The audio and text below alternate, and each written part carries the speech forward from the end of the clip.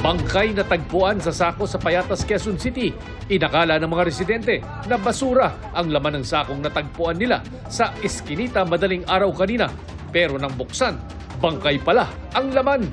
Di patukoy kung sinong nag-iwan sa sako. Wala ring makitang ID o anumang bagay para malaman ang pagkakakilanlan ng labi. Hindi raw muna magbibigay ng komento ang Quezon City Police hanggat hindi pa kumpleto ang investigasyon. Tanggapan ng immigration consultancy firm na nagpapadala ng OFW sa Canada ipinasara dahil sa umano'y illegal recruitment.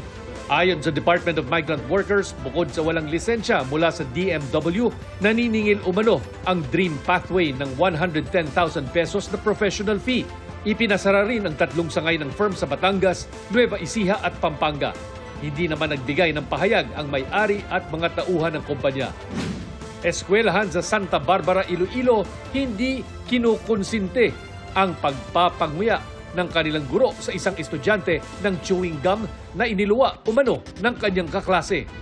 Ayon sa school head, ginagawa ng report na ipapasa sa division office para sa investigasyon. Nagbigay na rin sila ng financial assistance sa guardian ng estudyante para pambili ng gamot na inireseta sa kanya. Mahapdi at namamaga kasi ang bibig ng estudyante makaraang masalubsob sa bahagi ng kahoy na nakadikit sa bubble gum. Patuloy pa rin nagtuturo ang guro.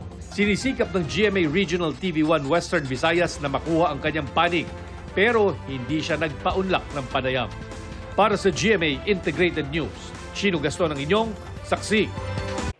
Mga kapuso, sama-sama tayong maging saksi. Mag-subscribe sa GMA Integrated News sa YouTube at para sa mga kapuso abroad, samahan niyo kami sa GMA Pinoy TV at sa www.gmanews.tv.